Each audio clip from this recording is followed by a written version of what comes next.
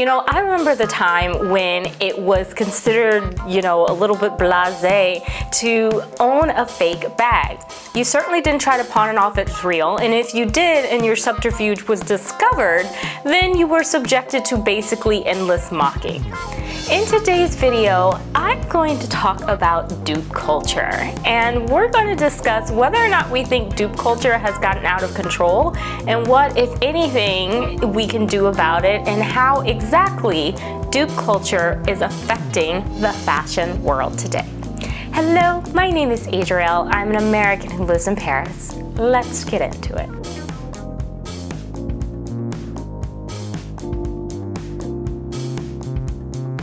Let's go back to the 1990s, 2000s era of fashion and clothing.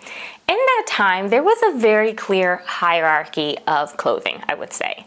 There were the brands that you'd never heard of and didn't even know existed, like Hermes, Loro Piana, Brunello Cucinelli. Then you had what I would say are the brands that you knew existed, but they were luxury. So Chanel, you know, even Louis Vuitton. Then after that, you have the brands that you could afford. You could buy them on your salary, you could buy them on your lunch break. And I would say that would be brands like Burberry, right? I have heard tons of stories of people who just on a lunch break went out and bought a Gucci bag, and they had a normal, regular job. It wasn't anything super fancy. And then after that, you had what are the mid-tier, mid-range brands, right? So think Banana Republic, J. Crew, that sort of thing. And then last but not least, we have the bargain basement brand. These brands are the ones that, you know, Forever 21, Charlotte Russe, that sort of thing. This is the era of fashion when you could either afford something or you couldn't.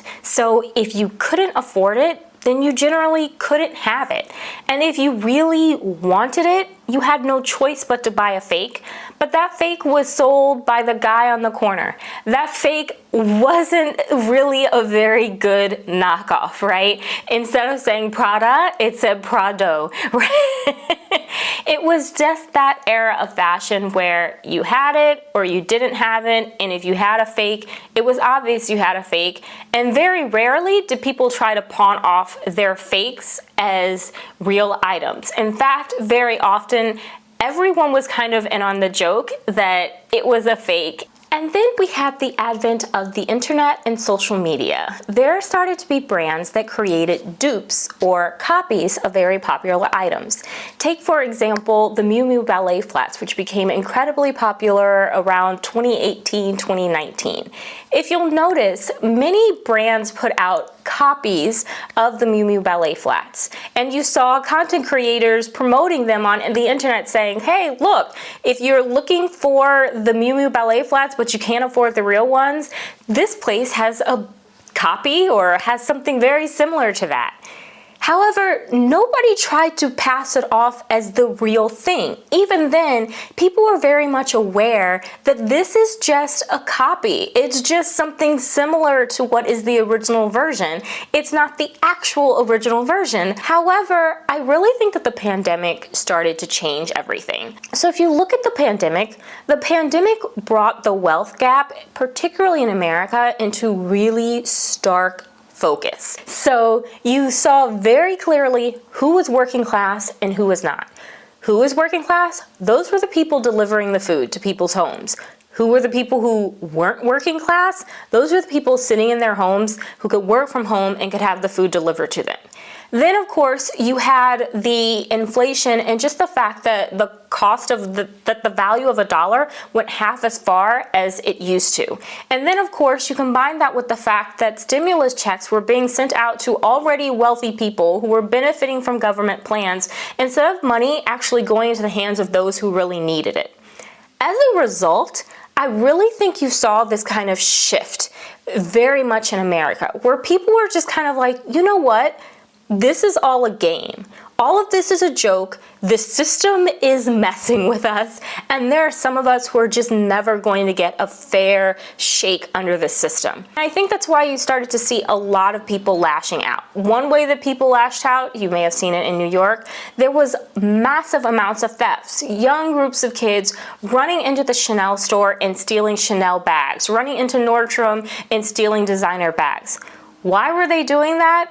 I think that part of that had to do with just, frankly, the pandemic and the simple fact that why is it that these people should get to be able to buy a $10,000 bag when I can't even buy enough food to feed myself every day? And I truly believe that dupe culture was also part of this lashing out, just this rise of dupe culture, because you really saw it during the pandemic of influencers talking about dhgate, opening their dhgate handbags and proudly talking about how similar it looked to a Chanel bag, but at a tiny fraction of the price.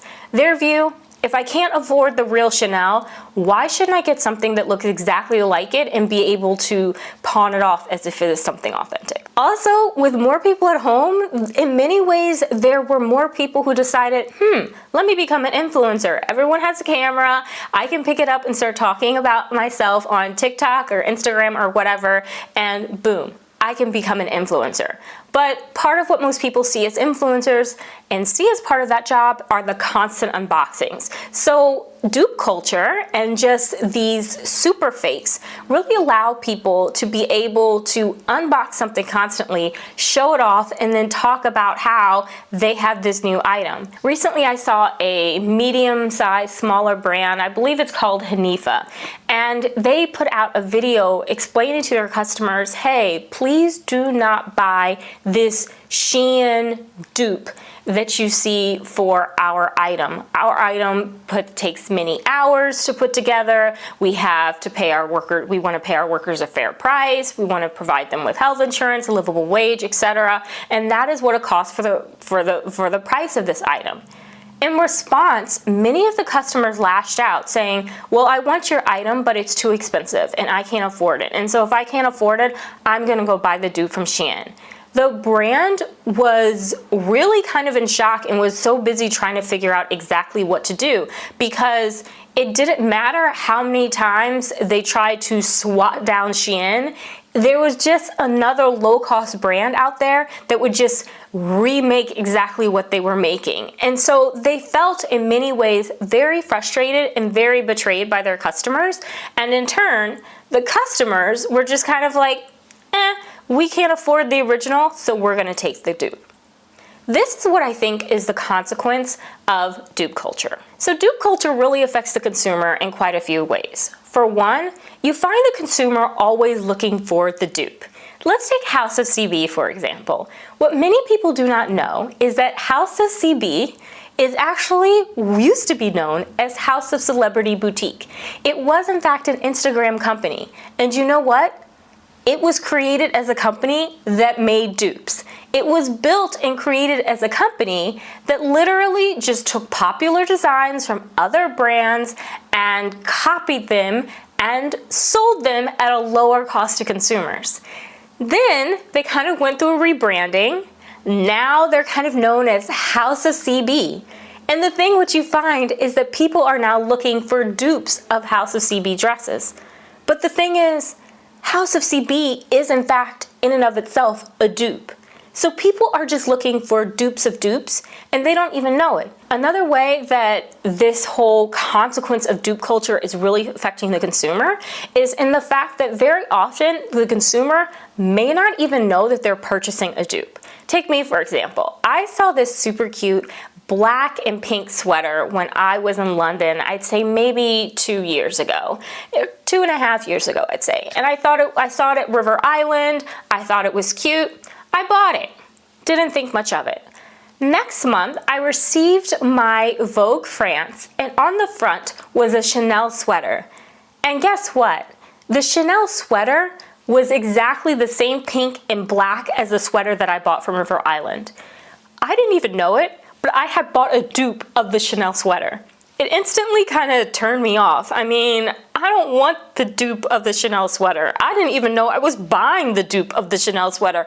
I just liked the fact that it was super cute and pink and black, and it was, you know, made of wool, and so it was cute. I didn't have any idea that it was a dupe. But the moment I did, it just kind of lost its value to me, it lost its fun to me, and ultimately I ended up giving it away to somebody because personally, I'm not looking for the dupe. Another way that there's really a consequence to the consumer, this whole dupe culture is affecting us, is in the sense that when it comes to us as consumers, these fast fashion brands are just polluting our environment.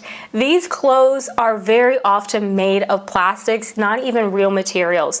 Those things are just being tossed aside. So as a consumer, because we're paying, $20 for a sweater or $30 for a handbag, it loses its value to us. And also, it's generally very cheaply made, so it's not made to last. As a result, once the item has kind of lived its wear with us, or we've just gotten sick of it, or there's a new trend, or frankly, once it's fallen apart, very often we just toss that away without even thinking about it. But here's what most people don't think about, is that very often the clothing that we don't want, we may donate it to Goodwill. You may hope it's going to go to a secondhand shop, but many secondhand shops don't want the cheap clothing. So then they send the cheap clothing off somewhere to very often a third world country. And very often it ends up in landfills in third world countries.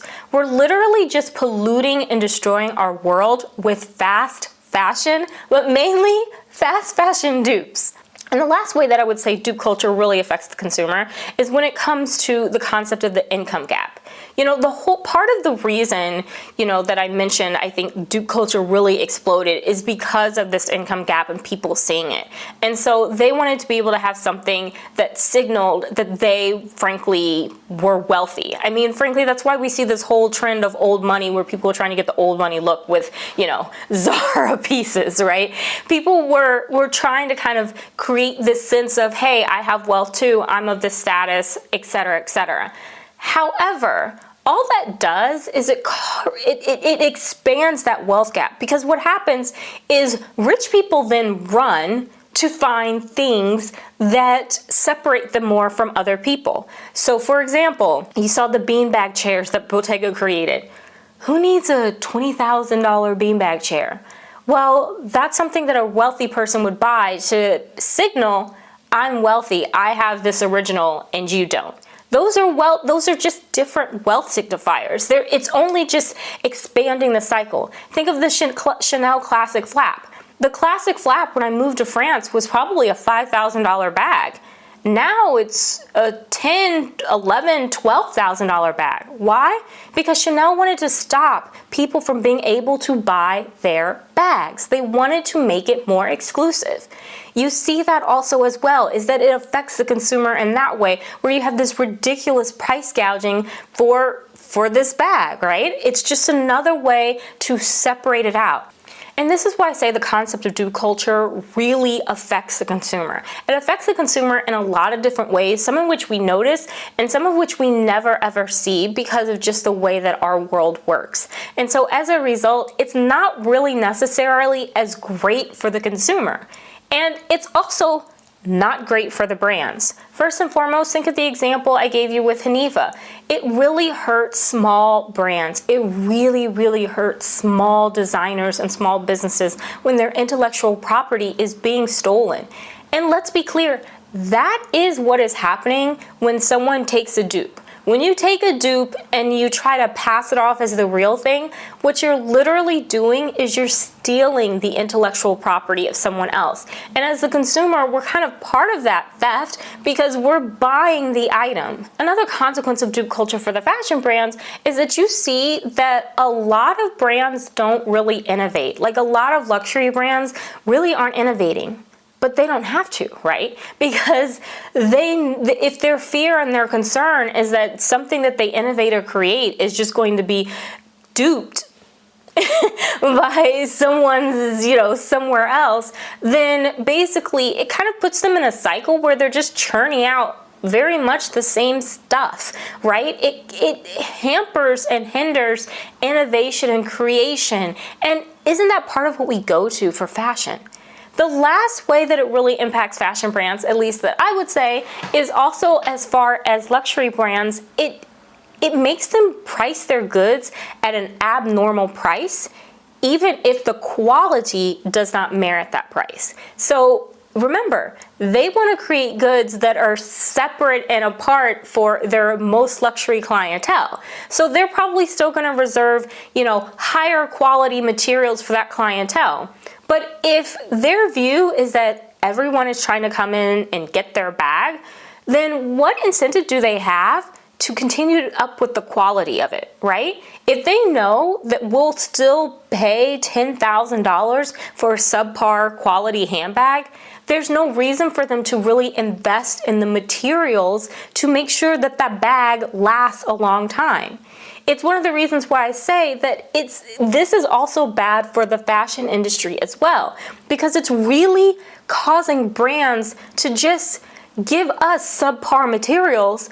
We're grateful for it because now we think we're part of the club, right? We have our Chanel classic flap, but in reality, maybe the quality of that classic flap isn't what it should be for the price. And so as a result, it's really hurting the entire fashion ecosystem and also just clothing ecosystem, and it's affecting the consumer and the brands in so many different ways. So this now brings me to, what can we do? To be completely frank, I don't know if there's much that we can do, but I do think that there might be some things that we can think about. First and foremost, I don't think we're going back to the day when dupe culture just no longer exists, or when people don't try to pass off dupes as the authentic versions. I think that day has come and gone, and that is really very much here to stay. I also think that when it comes to dupe culture, it's frankly probably more prevalent in the US than, for example, Europe. I think part of that has to do with the fact that, frankly, in Europe, you can get access to a lot of luxury goods for a fraction of the cost than you can get them in the US. So with those things in mind, what is it that we can do as consumers to kind of maybe shift this tide a little bit and kind of address some of the consequences that we may not even fully psychologically realize are affecting us from dupe culture? I think the first thing that we can do is to make a choice. Do we save? Do we splurge? Do we just accept we can't afford it? What do we do? I really think we have to think about it from the standpoint of choosing not to buy the dupe. Maybe if, for example, you really want the Chanel bag, maybe we go about things the old-fashioned way and we save for it. Or maybe you go about and find a vintage version, right? Because you want the quality but at a more reasonable price. Of course, there are always risks though with the vintage version, right? Many people have issues where bags are being sold on sites as if they are real, and they are not. So that if you want to learn more about that, maybe it's going to be more about making sure that you find a really good luxury vintage reseller whom you can rely on to sell you a good bag. I have a video on vintage shopping, and if you want to take a look at that, make sure you do, because that might help you. Second thing that we can do is that if maybe we want something and we can't afford it, maybe we can look for an alternative at a smaller or medium-sized fashion brand.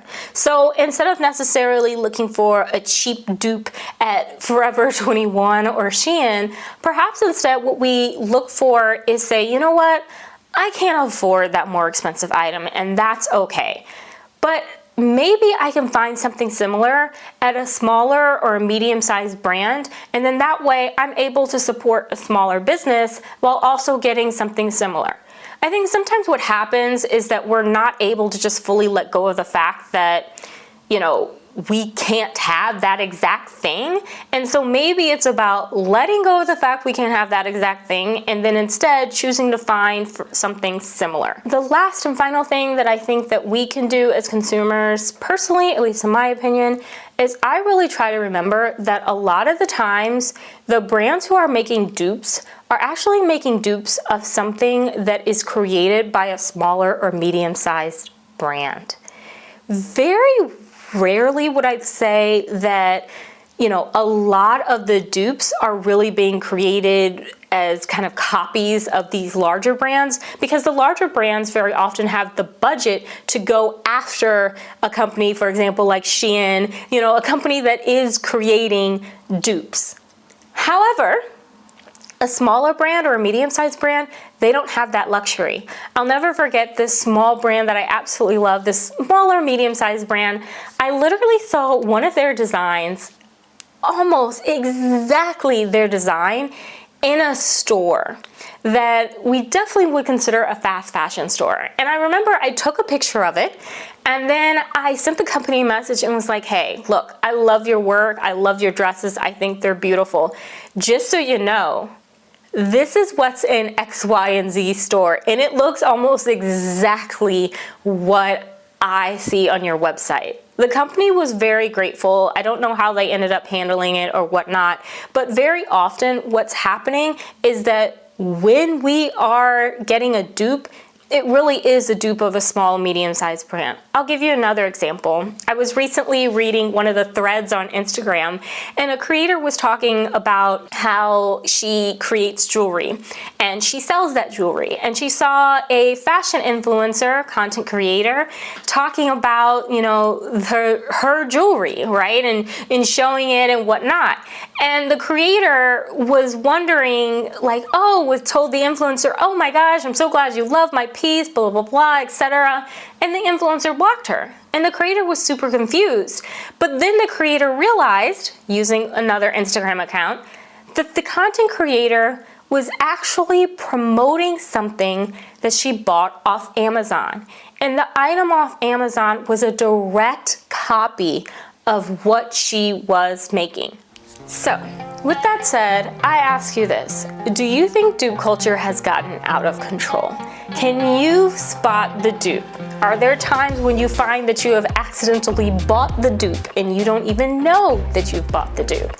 If you have ever found yourself in this situation, I can tell you it's very easy from this point to just say, you know what, we can't put the genie of dupe culture back into the bottle, so I'm not gonna worry about it too much.